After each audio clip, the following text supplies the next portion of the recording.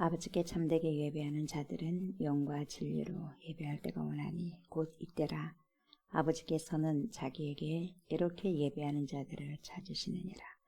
하나님은 영이시니 예배하는 자가 영과 진리로 예배할지니라.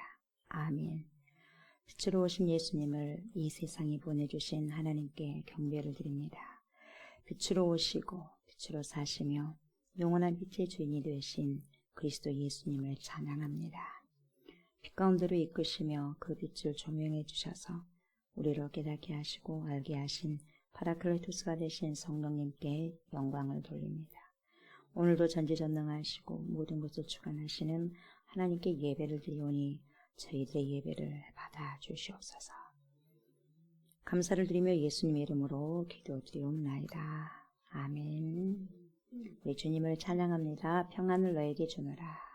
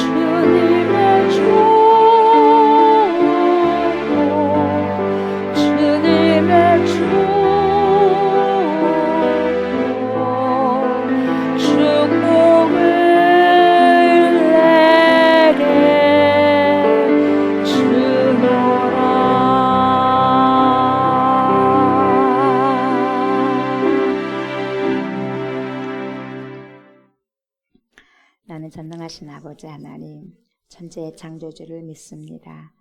나는 그의 유일하신 아들, 우리 주 예수 그리스도를 믿습니다. 그는 성령으로 잉태되어 동정녀 마리아에게서 나시고 본디오 빌라도에게 고난을 받아 십자가에 못 박혀 죽으시고 장사된 지 사흘 만에 죽은 자 가운데서 다시 살아나셨으며 하늘에 오르시어 전능하신 아버지 하나님 우편에 앉아 계시다가 거기로부터 살아있는 자와 죽은 자를 심판하러 오십니다. 나는 성령을 믿으며 거룩한 공교회와 성도의 교제와 죄를 용서받는 것과 몸의 부활과 영생을 믿습니다. 아멘. 주님, 생명의 말씀으로 들어갑니다. 회복의 말씀으로 나아갑니다. 영혼을 소송시키는 살아계신 말씀으로 받습니다. 이 시간에도 성령님 조명하여 주시고 하나님의 뜻을 말씀하여 주시옵소서. 그래서 말씀을 들음으로 믿음이 생기고 주님의 살아계신 말씀에 즉시 순종하는 힘이 주어져 말씀을 순종하고 열매를 맺는 삶 살게 하소서. 말씀이 육신이 되셔서 우리 가운데 거하시는 그리스도 예수님의 이름으로 기도드리옵나이다. 아멘.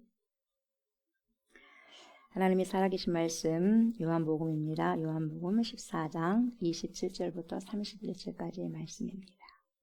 요한복음 14장 27절부터 31절입니다. 교독합니다. 평안을 너희에게 끼치노니 곧 나의 평안을 너희에게 주노라. 내가 너희에게 주는 것은 세상에 주는 것과 같지 아니하리라. 너희는 마음에 근심하지도 말고 두려워하지도 말라.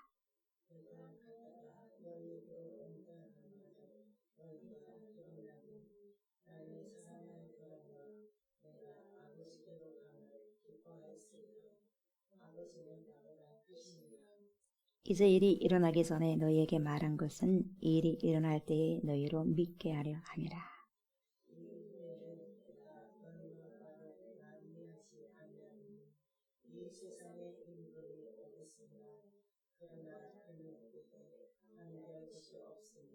오직 내가 아버지를 사랑하는 것과 아버지께서 명하신 대로 행하는 것을 세상이 알게 하려 함이로라. 일어나라, 여기를 떠나자 하시니라. 아멘. 오늘은 요한복음 14장 27절부터 31절까지의 말씀으로 나의 평안을 주노라 라는 제목으로 은혜의 말씀을 나누고자 합니다. 이 시간에도 말씀을 들을 때 파라클레토스가 되신 성령님께서 저와 여러분들의 심령에 자정하여 주셔서 말씀을 들을 때 알게 하시고 깨닫게 해주셔서 오늘도 삶을 살아갈 때 말씀이 삶 속에 재현되고 실현되는 은혜가 있기를 원합니다. 그런 기도하는 마음으로 말씀을 청정하셨으면 좋겠습니다. 아멘. 바로 우리 27절부터 보도록 합니다. 평안을 너희에게 끼치노니 곧 나의 평안을 너희에게 주노라. 내가 너희에게 주는 것은 세상이 주는 것과 같지 아니하리라. 너희는 마음에 근심하지도 말고 두려워하지도 말라. 이렇게 말씀하고 있습니다. 여기서 우리 예수님께서 평안을 말씀하실 때 뭐라고 말씀하시냐면 세상이 주는 것과 평안이 같아요? 달라요? 달라요. 다른 평안이라고 이렇게 말씀하고 계시잖아요. 그러니까 평안에는 진짜 평안이 있고 가짜 평안이 있다는 것을 은근히 말씀해 주시는 것입니다. 다시 말하면 우리 예수님께서 주시는 그 평안이야말로 우리의 모든 불안 그리고 근심을 잠재울 수 있는 그런 비밀의 통로라는 거죠. 그 평안. 그러나 여러분 세상이 주는 평안은 좀 편안하게 살 수는 있습니다만은 그 안에서 일어나는 불안은 조절할 수 없어요. 조절할 수 없고 사라지게 할 수도 없다는 것을 이것을 말씀해 주고 계신 것입니다. 이것의 차이죠. 여러분 아무리 우리가 평안을 가진다고 해도 심리적으로 불안하면 여러분 그것이 진정한 평안이라고 볼 수 없지 않습니까? 여러분 평안이라면 불안이 없어야 되거든요. 불안이 없는 상태가 진정한 평안이거든요. 그런데 심리적으로 불편하고 불안이 있고 근심이 있고 걱정이 있단 말이죠. 그렇다면 이게 어떻게 진정한 평안이라고 우리가 말을 할 수 있겠냐 그 말입니다. 그러나 우리 주님께서 주시는 평안은 진정한 평안이라는 것을 확신하셔서 그렇게 말씀을 해주고 계십니다. 그래서 뭐라고 하죠? 너희는 마음에 근심하지 말아라. 하나님을 믿으니 또 나를 믿으라. 그러면서 뭐라고 그래요? 너네들 마음에 근심하지도 말고 두려워하지도 말라. 그렇게 말씀하시는 거죠. 이런 평안이야말로 모든 근심을 평안 속에 가두어 버리기 때문에 삶이 좀 피곤하고 쓸 것이 여러분 부족함에도 불구하고 만족할 수 있고 두려워하지 않으며 불안하지 않을 수 있는 이유가 된다는 거죠. 저와 성도 여러분 세상에 살면서 좀 편안하고 그렇게 편안하게 살고 싶습니까? 아니면 여러분 편안하게 살고 싶어요? 평안하게 살고 싶어요? 말이 좀 비슷해. 편안하게 살고 싶어요? 평안하게 살고 싶어요? 이 발음 잘 하셔야 돼. 평안. 둘 다 갖고 싶습니까? 그럴 수는 없어요. 그렇게는 안 되는 거죠. 이 둘 중 선택하라고 하면 여러분, 저와 여러분은 어떤 것을 선택하시겠느냐? 초이스. 평안을 선택할 것인가? 평안을 선택하실 것인가? 편안을 볼까요? 편안. 여러분 정말 편안하게 살고 싶습니까? 편안은 여러분 우리가 편안해 보여. 돈이 좀 풍족하다 보니까 쓰다 보니까 편안하죠. 네. 필요할 때 쓰니까 편안하게 보일 수 있어요. 그래서 편안한 복처럼 보일 수는 있겠지만 여러분 그 복은요 결론적으로 말씀드리면 가짜와 복이죠. 가짜. 이 편안이 구태여 꼭 나쁠 것은 없지만 불편한 것보다는 좀 더 낫겠죠. 그래서 편안하죠. 거기다가 불안하면 여러분 앞에다가 덧붙이면 불편안이 되는 거예요. 거기 앞에 불을 여러 번 빼뜨리면 편안이 되는 거죠. 이거 하나 차이거든요.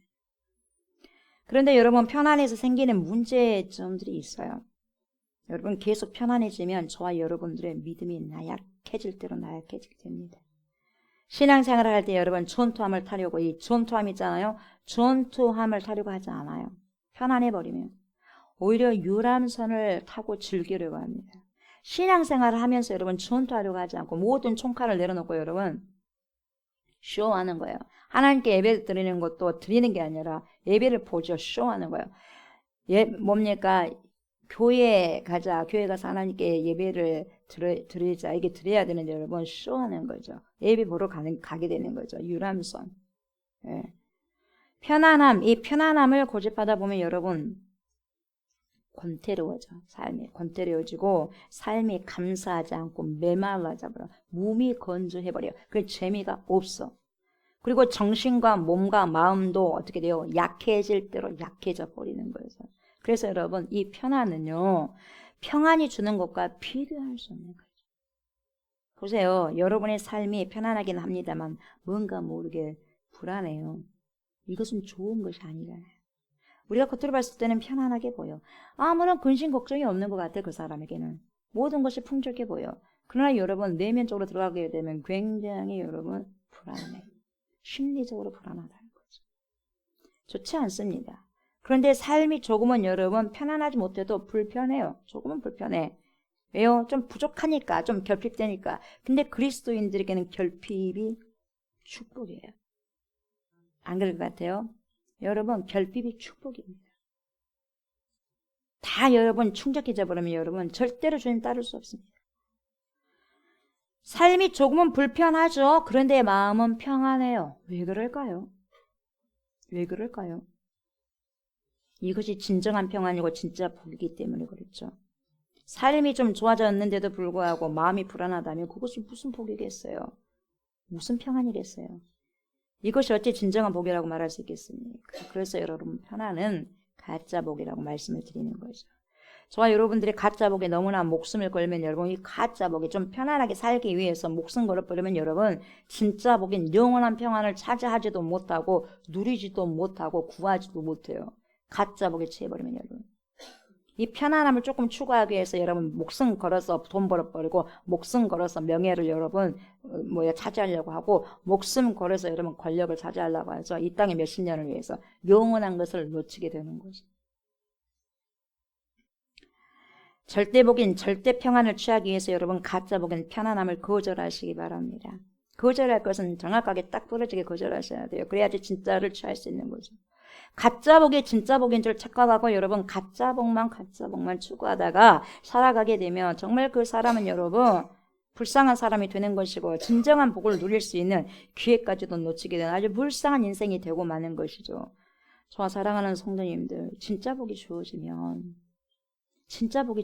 여러분 가짜 복인 이 편안한 삶 그것이 돈이든지 명예든지 권력이든지 학벌이든지 등등 그것이 있으면 좋고 없어도 괜찮은 것이죠. 없어도 여러분 아무런 문제가 되지 않아요. 조금 뭐예요? 불편은 하겠지만 진짜 복인 여러분 평안이 내게 찾아오면요 조금은 삶이 좀 부족해서 결핍이 되어서 불편하더라도 다 허용이 돼요. 허용이 되고 수용이 되고 용납이 되는 거죠. 그러지 않겠어요? 충분히 그래요. 충분히 그렇게 될 수 있는 거죠. 왜요? 진정한 복이 나에게 이미 들어와 있으니까 편안하려고 여러분 거기에 목숨 걸지는 않습니다. 절대 평강을 주시는 예수님께서 내 안에 들어와 계셔서 날마다 우리의 삶 속에서 평안함을 주시니까 그것으로 주님 한 분만으로 나는 만족해 하고 만족하고 자족하며 살 수 있다는 거죠. 이것이 진정한 복을 누리는 자들의 기쁨이요. 내가 진짜 내 안에 그리스도가 있다면 여러분 자족할 줄 알아요. 내가 지금 결핍한 것이 있단다 할지라도 여러분 막 그 결핍을 채워가기 위해서 안달부달하지 않는다는 거죠. 그러나 세상은 안달부달해요. 안달부달한 게 그게 정상적인 것 같이 보여요. 그러나 여러분 하나님 편에서는 성경을 보세요. 안달부달 바쁘게 살아라고 하는가? 그렇지 않습니다. 세상을 본받지 말라고 하는데 세상 너무 분주하잖아요. 나는 그 따라가기 위해서 내가 밟히지 않기 위해서 살아가야 돼. 얼마나 부지런합니까? 그러나 여러분 정말 하나님을 찾는 데 부지런합니까? 무엇을 찾는 데 부지런합니까? 그래서 여러분 만몬신, 이 돈신은 여러분 우상이 될 수 있는 거예요. 무섭습니다. 하나님과 여러분 비교할 수조차 있는 것이 돈이에요. 그래서 하나님을 택할 것인가 돈을 택할 것인가요? 그래서 신이에요. 꿀벌이 가장 좋아하는 계절은 봄이에요. 꽃이 피니까. 반대로 꿀벌이 가장 싫어하는 것은 그건 습하고 물이 많은 여름.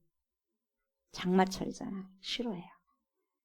높은 습도와 그렇기 때문에 병, 그리고 먹이가 부족하잖아요. 그래서 벌들이 뭘 받아? 스트레스를 받아. 그와 마찬가지로 여러분, 저와 여러분들을 살아가면서 자신의 어떤 일에 굉장히 집중하다 보면 여러분 해야 할 일에 힘을 쓰다 보면 세상에서 내가 제일 힘든 사람인 것 같아. 그런 느낌이 들 때가 있어요, 여러분. 그런데 여러분 나만 힘드나요? 나만 힘들지 않아요. 모든 사람을 포함하여 심지어 내가 전혀 생각하지 못한 어떤 그 곤충들까지도 이 벌까지도 꿀벌까지도 스트레스를 받으면서 삶에 사투하는 그러한 일들이 벌어지고 있다는 것을 여러분 알아가는 거죠. 우리의 인생도 일반적으로 보면 여러분 그래요. 학업, 취업, 결혼, 경제적 문제 이런 같은 문제로 이런 등등 이런 문제도 이 문제를 통해서 어려움을 겪을 수가 있죠. 여러분 요즘엔 병명이 없는 병들이 참 많이 나오죠. 많이 생깁니다. 그 이유는 뭐예요? 과도한 업무 스트레스로 인해서. 스트레스 때문에 이런저런 스트레스 때문에 병명이 나타나지 않는 이런 병이 많이 생깁니다. 그도 그럴 것이 성경이 보세요. 잠언 17장 22절에 이렇게 말씀하고 있죠. 마음의 즐거움은 양약이라도 심령의 근심은 뼈를 마르게 하느냐. 그러니까 이렇게 미리 말씀하고 있잖아요. 여러분 아무리 많은 것을 가진다 한다 할지라도 여러분 기쁘지가 않아. 그때 좀 뿐이에요. 네, 그때뿐이에요, 여러분. 많은 것을 취득한다 한다 할지라도 여러분 그것이 한 며칠 못 가는 거죠. 그때 좀 몇 번 행복해요. 어마어마한 대국 같은 궁전 같은 집으로 우리가 이사 간다 한다 할지라도 여러분 그것은 며칠 아니면 몇 개월 아니면 몇 년 그 기쁨밖에 안 돼요. 용을 할 수가 없는 거예요. 심령의 근심은 여러분 스트레스로 말하는데요. 근심이 스트레스예요. 이 스트레스인데 이 과도한 스트레스는 여러분 뼈까지도 마르게 하는 그런 괴력을 아주 괴력을 가지고 있어요. 네. 그러다 보니까 요즘 사람들은 자신의 마음을 다스리기 위해서요. 가능한 스트레스를 많이 받지 않기 위해서 나름대로 노력을 하면서 살아가고 있어요. 성도들에게 있어서도 여러분 이렇게 마음이 평안하면 너무나 중요한 거죠.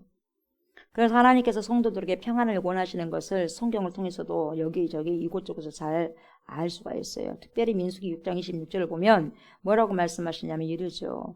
여호와는 그 얼굴을 내게로 향하여 드사 뭘 주시기를 원하노라? 평강 주시기를 원하노라 이렇게 말씀하고 계시죠. 그래서 하나님께서는 자기 백성들에게 여러분 평안하기를 원하시는 거예요. 이 평안, 샬롬, 편안이 아니라 평안. 샬롬, 평강하기를 원하시는 거죠. 그래서 신약 성경을 보면 그것이 더욱더 두드러지게 나타납니다. 그래서 바울 사도의 서신에서도 성도들을 축복하는 내용을 보면 여러분 예의 없이 은혜와 평강이 너희에게 있기를 원하노라 그래요. 평강. 그 정도로 여러분 우리가 삶에 있어서 평강이 중요해. 평안이 중요한 거죠. 왜요? 여러분 근본적인 그런 불안, 그런 근본적인 불안, 근심, 걱정을 여러분 온전히 여러분 이 샬롬으로 묻혀버리기 때문에. 그래서 여러분 조금 부족한 거 있고 결핍된 것이 있단다 할지라도 그래서 자족할 줄 아는 거죠. 만족할 줄 아는 거죠. 하나님 안에서 은혜와 평강을 누리는 것. 이것이 하나님께서 원하시는 것이고 신앙 안에서도 정말 중요하다는 것을 보여주는 거죠. 그래서 오늘 본문 내용을 보니까 나의 평안을 너희에게 주노라. 예수님께서 그렇게 말씀하셔요. 세상의 평안이 아니에요. 세상의 평안과 다르다. 나의 평안을 너희에게 주노라예요. 너희에게 나의 평안을 주노라. 예수 그리스도의 평안을 준다는 거예요. 예수 안에 있는 그 샬롬의 평강을 우리에게 주신다는 거죠. 이 말씀하실 때는 여러분 언제였어요? 예수님이 굉장히 평안한 상태에서, 평강한 상태에서 여러분 이 말씀하신 거 아니죠? 조금 있으면 여러분 십자가에 못 박혀 죽으실 시간이에요. 그때요. 그때가 임박한 그때였어요. 근데 여러분 평강하신 거예요. 평안하신 거예요. 그러면서 평안을, 내게 있는 평안을 너에게 주겠다. 너에게 주겠다. 이렇게 말씀하시는 거죠. 그래서 요한복음 13장 1절을 보면 이렇게 말씀하셔요. 우리가 미리 여러분 봤잖아요. 요한복음 13장 6월절 전에 예수께서 자기가 세상을 떠나 아버지께로 돌아가실 때가 이른 줄 아시고 세상에 있는 자기 사람들을 사랑하실 때 어떻게 사랑하셨어요? 끝까지 사랑하셨어요. 끝까지. 그러면서 여러분 이제는 보이는 하나님이신 예수님께서 여러분 3년 동안 같이 제자들과 공생활동을 하면서 같이 계시다가 이제 그 보이신 예수님이, 보이신 하나님이 안 계셔버려. 그러니까 얼마나 여러분 근심하고 그 스트레스가 얼마나 크겠어요. 제자들이 모든 것을 주님께 걸었는데 주님이 갑자기 돌아가셔 버린다는 거예요. 안 계셔버린다는 거예요. 그래서 여러분 미리 말씀하시는 거예요. 평안을 내가, 나에게 있는 평안을 너에게 주겠다. 너에게 주겠다. 그렇게 말씀하시는 거죠. 예수님께서 지금 누리신 마음의 고요함이요, 지금 저와 여러분들의 평안과 다름을 알 수 있어요. 내가 어떤 것을 가지고 무엇 때문에 평안할 수 있고 무엇 때문에 평안하지 못하는가. 우리가 생각하기에는 여러분 괴롭고 성가신 것이 없다면 여러분 평안할 텐데 그렇게 생각할 수 있겠지만 우리 예수님의 평안은 그렇지 않아요. 세상의 것과 같지 않다고 분명히 말씀하고 계셔요. 그러니까 달라. 그래서 이 말씀을 생각해 보면 세상에도 평안이 있다 없다? 평안이 있어. 세상에도. 그러나 중요한 것은 이 세상에서 주는 평안과 주님께서 주시는 그 평안은 완전히 여러분 질적으로 다른 평안이다. 이 말이죠. 세상의 평안은 어떤 평안이라고 말할 수 있느냐? 세상의 평안은 온전하지 못하다. 불완전한 평안이죠. 이 나의 평안을 이루기 위해서는 여러분 세상에 주는 평안은 내 평안, 나의 평안을 유지하기 위해서, 이루기 위해서는 여러분 다른 사람의 불행을 담보라는 경우가 많습니다. 다른 사람이 불행해야만 내가 평안을 차지할 수 있다는 거죠. 누군가의 잘못이 아니라 여러분 상대평가가 많잖아요. 절대평가에 좀 얼마나 좋겠어요. 100명이면 100명 가운데서 몇 명은 A+예요. 상대적이에요. 상대적. 누군가의 잘못이 아니라 세상이 왜곡되었기 때문에 내가 웃으려면 여러분 누군가는 울어야 하는 것이 세상의 이치라는 거죠. 좀 주님이 주신 거하고 달라요. 그리고 저와 여러분들이 이 세상에서 내가 좋아하고 내가 원하는 그 어떤 것을 얻었다고 해서 평안한 것은 아니라는 거죠. 그래서 여러분 우리의 인생은 몇 가지 뭐 하나 둘 셋 넷 몇 가지가 여러분 아니에요. 몇 가지가 갖추고 있다고 해가지고 여러분 다 평강한 게 아니고 평안한 게 아니에요. 골고루 갖추어져야 좀 더 편안한 삶을 살 수 있어요. 그래서 여러분 또 편안하다고 해서 평안하다고는 또 말할 수가 없다는 거죠. 하나를 얻었다고 해가지고 전부를 얻은 것처럼 생각하면 안 되는 거예요. 하나의 책을 읽어서 전부 세상을 여러분 다 알았다고 섭렵했다고 생각해버리면 안 되는 거예요. 사람들은 어느 한 가지만 있으면 될 줄 알고 여러분 그것을 위해서 쫓아가는 과정에서 여러분 많은 것들을 놓쳐버리는 그런 엄청난 실수를 범하게 됩니다. 우리가 좀 더 세상에서 편안하게 살려면 보통 아까도 말씀드렸지만 돈이 좀 있어야 되고 건강해야 되고 가족들도 잘 돼야 되고 지식도 좀 있어야 되고 이런 등등 많은 것들이 골고루 갖추어져야 행복할 수 있다고 생각하거든요. 그러나 이런 세상의 평안은 어때요? 일시적인 기쁨, 영어로 표현하자면 pleasure의 기쁨이지 joy의 기쁨이 아니에요. 주님이 주시는 joy의 기쁨이 아니다는 거죠. 그래서 세상에서 누리는 평안은 온전한 평안이 아니다. 세상과 주는 평안과 같지 않다. 내가 주는 평안은 주님이 이렇게 말씀하시죠. 그래서 모든 성도님께서 세상을 살아가면서 건강하고 걱정이 없다면 그것은 좋은 것이죠. 좋은 것이고 하나님께 감사한 일입니다만 그러나 이러한 것이 예수님께서 저와 여러분들에게 약속하신 그런 평안이 아니라는 거예요. 그걸 우리가 반드시 잘 알아야 되죠. 예수님이 주시는 것은 여러분 좋은 것이고 세상의 것은 다 더러운 것이라고 그렇게 생각하는 것도 엄청난 잘못된 것이죠. 모든 것이 다 하나님의 은혜임을 기억하고 기쁘게 받으시면 되는 겁니다. 이 본문에서는 여러분 나의 평안을 너에게 주노라 말씀하고 계시는데 이 말씀은 우리에게 돈, 건강 이것을 직접적으로 주신다는 그런 뜻이 아니에요.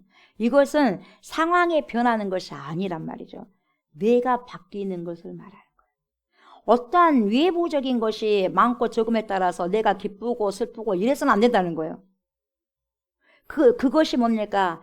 내가 좌지우지하는 것이 내 속에 있어야지 밖에 있어버리면 안 된다는 거예요. 내가 삶을 조절할 줄 알아야지 삶이 나를 조절해버리면 안 되는 거예요, 여러분. 그래서 어떠한 상황이 변하는 것에 따라서 내가 여러분 진리도 바꿔버리면 되겠어요? 바꿔치기 해버리면 되겠어요? 어떠한 상황에 따라서 환경에 따라서 여러분 나에게 계신 예수 그리스도 믿음과 복음이 여러분 바꿔져 버리면 되겠어요? 안 되잖아요. 내 안에서 있는 것 가지고 여러분 컨트롤할 수 있어야 되잖아요. 그렇다면 예수님께서 우리에게 어떤 평안을 주시겠는가? 여러분 평안에 도달하기 위해서 우선시 되어야 할 일은 뭐냐면 가장 중요한 게 뭐냐면 하나님과 화목하셔야 돼요.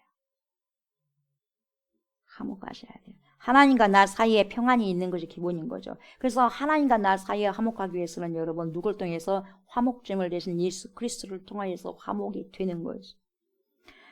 우리는 죄 가운데 태어났고 지금도 죄 중에 자라면서 자기의 욕심을 따라 행동을 하죠. 사람이 태어나면 죄에 물들어 있고 그러다 보니 하나님과 불편한 관계 속에서 지내는 거죠. 다시 말하면 하나님을 사랑할 수 없는 관계에 있다는 거죠. 그런데 여러분 하나님과 떨어져 있는 상태는 마치 어떤 상태냐? 고와 같은 상태. 고와. 그래서 하나님의 인도하심과 보호하심 없이 여러분 살고 있음에도 불구하고 큰 문제를 느끼지 못할 수도 있지만 그러나 이것은 세상을 고아처럼 살아가는 것과 똑같다는 거죠. 그래서 하나님과 화평해지는 것이 가장 중요한 거죠. 저와 여러분이 이런 하나님과의 화평함이 없다면 절대로 마음의 평안을 얻을 수도 없고 그 평안이 오랫동안 유지할 수도 없는 것이죠. 그래서 인생의 가장 근본적인 문제는 뭔 문제예요? 죄의 문제. 이 죄의 문제가 해결하지 않으면 절대로 여러분 편안한 삶을 살 수 있지만 불안하기 때문에 평안한 삶을 살 수 없어요. 그 죄로 말미암아 아버지 하나님과의 관계가 흐트러져 버리고 흐트러진 것뿐만 아니라 나빠지게 되는 것이고 그래서 원수 관계가 되는 것이죠. 그러나 여러분 이런 와중에서도 저와 여러분들은 우리 예수 그리스도께서 직접 뭔 제물이 되셨어요? 화목제물이 되셔서 십자가에서 피 흘려 죽으심으로 하나님과 화목하게 된 것입니다. 고린도후서 5장 20절을 보면 여러분 뭐라고 말씀하시냐면 이렇게 말씀하시죠. 이러므로 우리가 그리스도를 대신하여 사신이 되어 하나님이 우리로 너희를 고면하시는 것 같이 그리스도를 대신하여 강구하노니 너희는 하나님과 화목하라 이렇게 말씀하고 있습니다.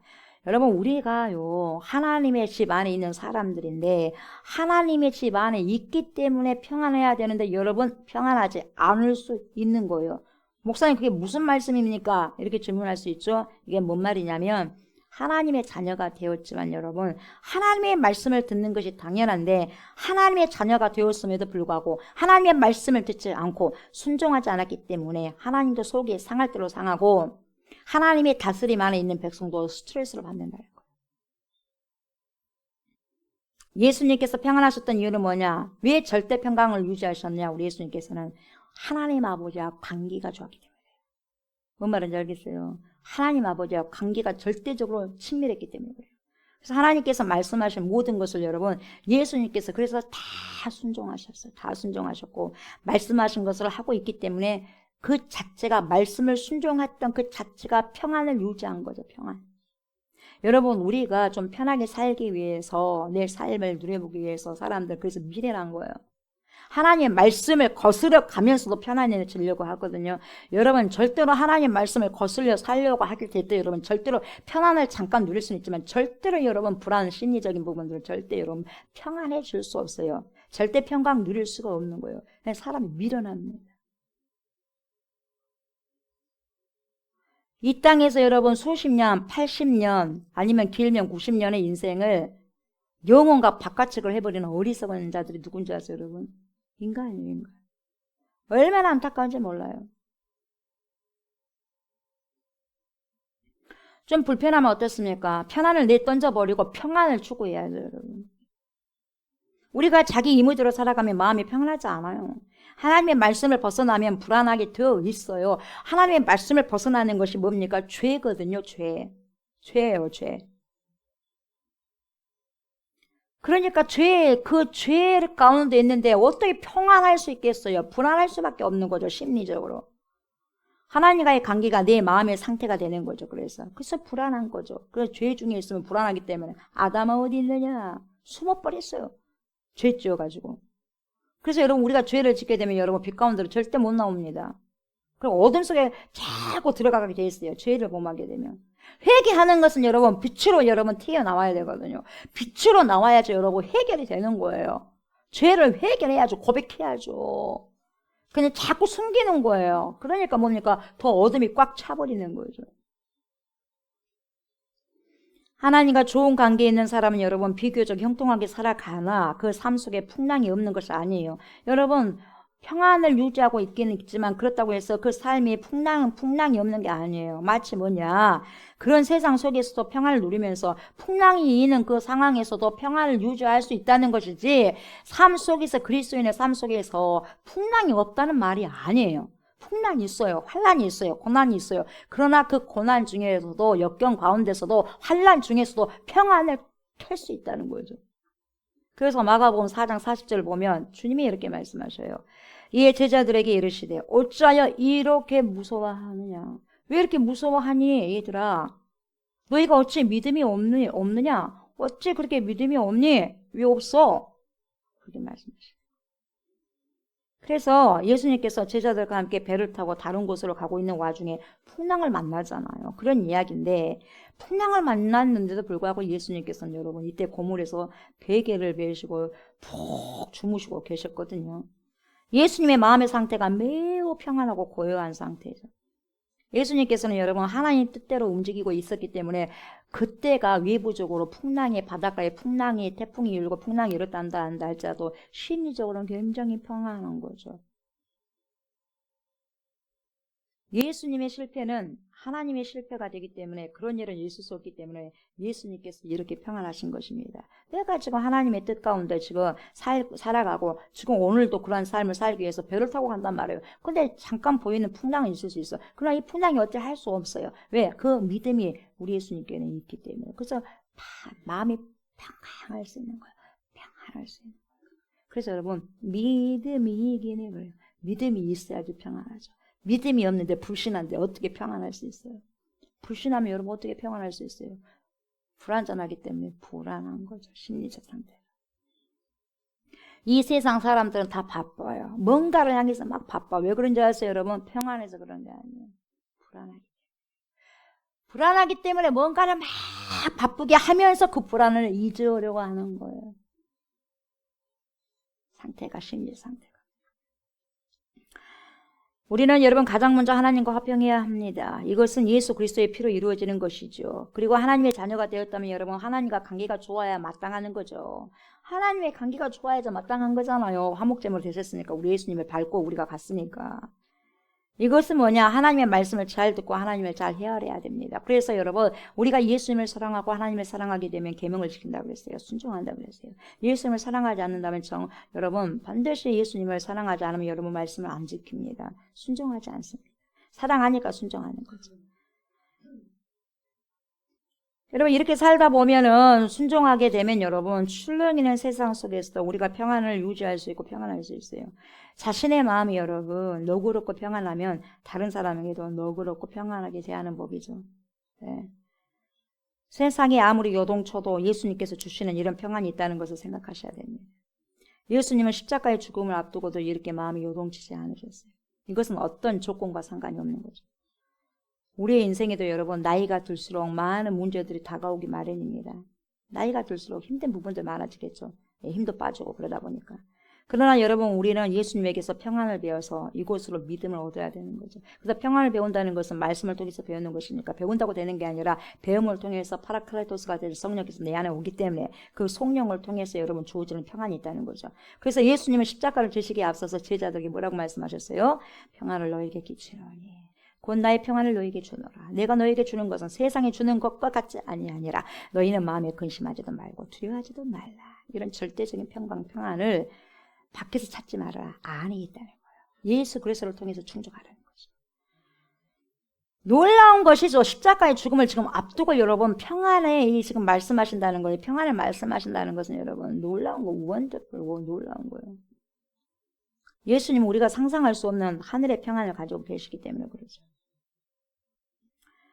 여러분 예수님은 두 종류의 평안을 언급하셨죠. 하나는 세상이 주는 것, 또 하나는 예수님이 주신 것. 세상이 주는 평안은 외적인 환경적 이 조건 때문에 이 외적인 환경 조건에 의해 주어지는 육신의 안락. 아까 제가 말씀드렸죠. 편안. 이걸 의미하고 반면에 예수님이 주시는 평안은 외적인 환경 조건을 초월해서 그 외적인 상황이 별로 안 좋아. 예. 그리고 뭐예요? 불편해. 그리고 결핍 있어요. 결핍이 있어요. 그렇지만 여러분 그것을 초월해서 주어지는 영혼의 만족을 의미한 게 평안이죠. 아무리 좋은 침대에 누워도 여러분 마음이 불안하면 잠이 오지 않아요. 그러나 마음이 평안하면 딱딱한 마룻바닥에 누워도 단잠을 잘 수 있는 거죠.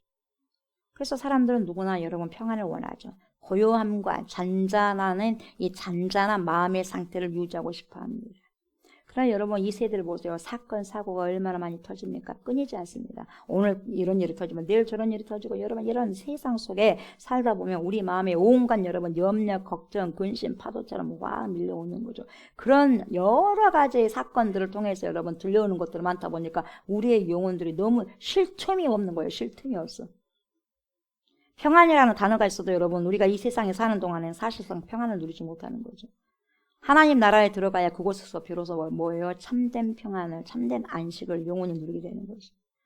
그러나 여러분 예수님은 우리가 이 세상에 사는 동안에도 뭘 누리기를 원하실까요? 평안을 누리기를 원하시는 거죠.